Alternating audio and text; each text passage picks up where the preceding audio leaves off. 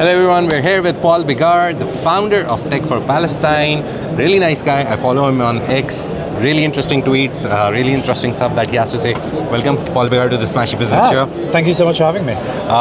Very first question, how did you come up with the idea? What is Tech4Palestine? What should people know about it?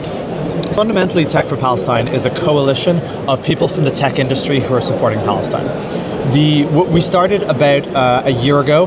A community of us came together, about 40 people at the start, and then we opened it up to the world.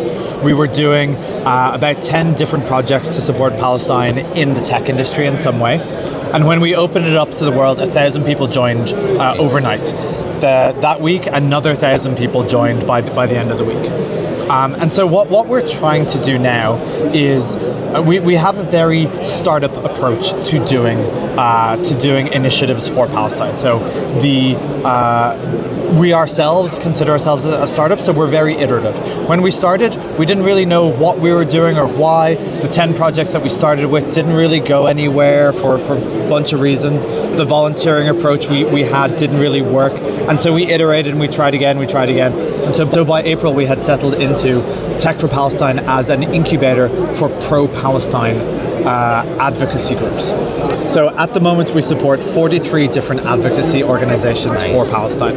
And the advocacy group, sometimes it's a startup, sometimes it's a non-profit, but a lot of the time it's just a group of people who are coming together to fight Israeli propaganda in the places where it exists. And we have a theory that because Israeli propaganda exists in so many places, especially across the West, there are thousands, maybe tens of thousands of different initiatives for Israeli propaganda, which they call Hasbara sometimes. Yeah. So we are essentially a counter-Hasbara movement. We are trying to create tens of thousands of initiatives for Palestine, counteract Israeli propaganda everywhere that it exists. And so we are sort of like the startup engine of that.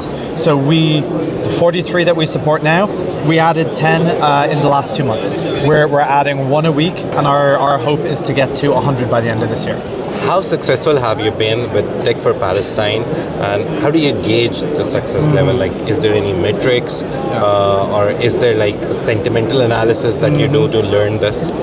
So because Tech4Palestine is such an early stage, right? We're taking people from, in some cases a concept, or they've been working on something for a couple of months, and we are trying to get them not to massively successful, we're trying to get them to product market fit, right? Nice. We're trying to get them to validate their ideas cheaply, we're trying to get them to talk to users. So often we have people who, they have great visions for the thing they want to build, but they don't know how to build it.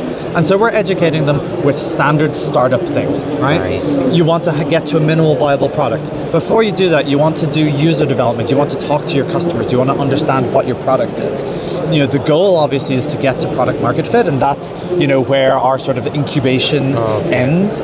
So a lot of that is, and this is the same as in startups, right? It's a little more gut feel than it is necessarily KPIs. We have KPIs because we're trying to start so many initiatives. So our number one KPI is how many initiatives can we create? Nice. And there's no quality metric necessarily associated with it. So obviously we have a co-metric that is quality. Do we believe that these projects are having impact? Do we believe that they're going to have impact? And in particular, we want to know, are these projects remaining engaged? Because if they remain engaged, that's the only way that they can have impact. Yeah. So it's really focused on, are they staying alive? Are we able to staff them? Are we able to keep them going? That's really the main metrics we have. Any success stories that we should know that you've seen? So the biggest success story so far is Boycat. Boycat was the very first one in our incubator. Yeah. It's really interesting. It's so great. So you take your phone, you scan your groceries, and then you can see whether it's on the boycott list. We helped get them their partnership with BDS. So they're now the official partner of BDS. We also helped them get a lot of traction at the start, a lot of users by helping connect them to influencers. So that's kind of the stuff that we do. There's another one this was the second one in our incubator, so they're coming out now, which is called NewsCord. NewsCord is initially, it was an AI product that reviewed different headlines from, let's say, Al Jazeera versus BBC, and it's the same article, and it reviews the article and the headlines, and it says, where is the bias? That's an interesting tool, but it's not something that's like people need to use every day. It's not something that people come back to all the time. Yeah. So we help them pivot into being an actual newsreader app. So something that can actually replace the BBC so that you can get unbiased news instead of reading all of the biased Western news. So that one's coming out right now. You can get that. It's NewsCord. Another success that we have at the moment, ApricotInternational.org, allows you to hire Palestinian engineers. So if you have a startup, there are Palestinian engineers in Gaza, there's refugees in the in Cairo, in the West Bank, obviously. So we have Palestinian engineers that you can hire for your projects. Palestinian engineers are super well educated. They're amazing engineers. We've hired 4 at Tech4Palestine. I think they're street smart as well because they know how to work around things. Absolutely. I mean, they're operating with so few resources. Yeah. And biggest problems that you faced, because as soon as you say Palestine, on social media you get shadow banned. People will come and throw hate comments at you. Oh, you're supporting terrorists. Well, what is the biggest challenge that you face throughout this? So honestly, it's none of that. Like we have been unapologetically pro-Palestine from the start.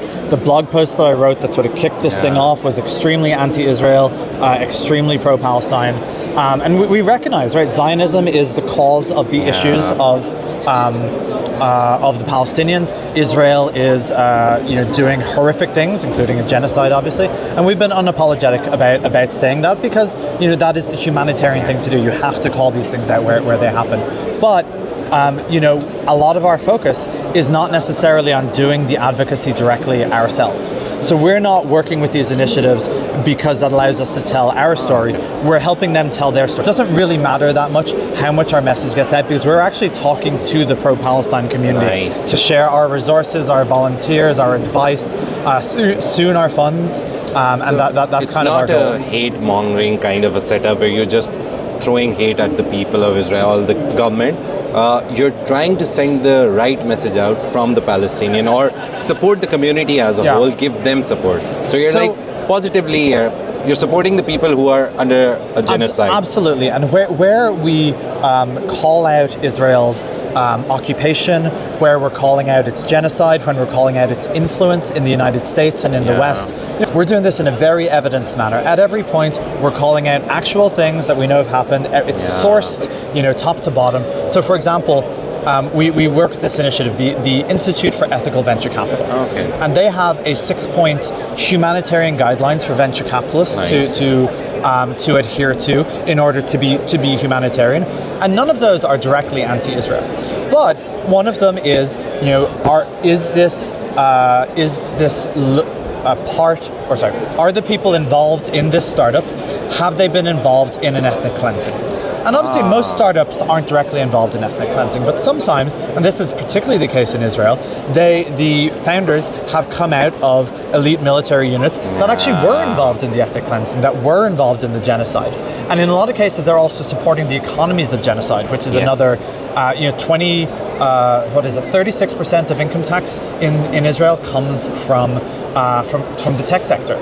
And that's 20% of their entire budget, and that's being funded by U.S. universities in a lot of cases who are investing in the startups, and the startups are hiring those folks. So all of the things we base, I mean, none of this is hate. It's entirely based on the actual facts of the matter, which is that Israel was committing a genocide, is still committing ethnic cleansing, is ethnic cleansing in the West Bank, and that this is something that Israel is choosing to do and that their economy supports. Thank you so much, Paul. Thank you so much for highlighting the cause behind it and the hurdles that you faced. You didn't face any hurdles, thankfully. Really hopeful. Godspeed for whatever you want to do next. Thank you so much. Really thank you so much for joining us. Thank you.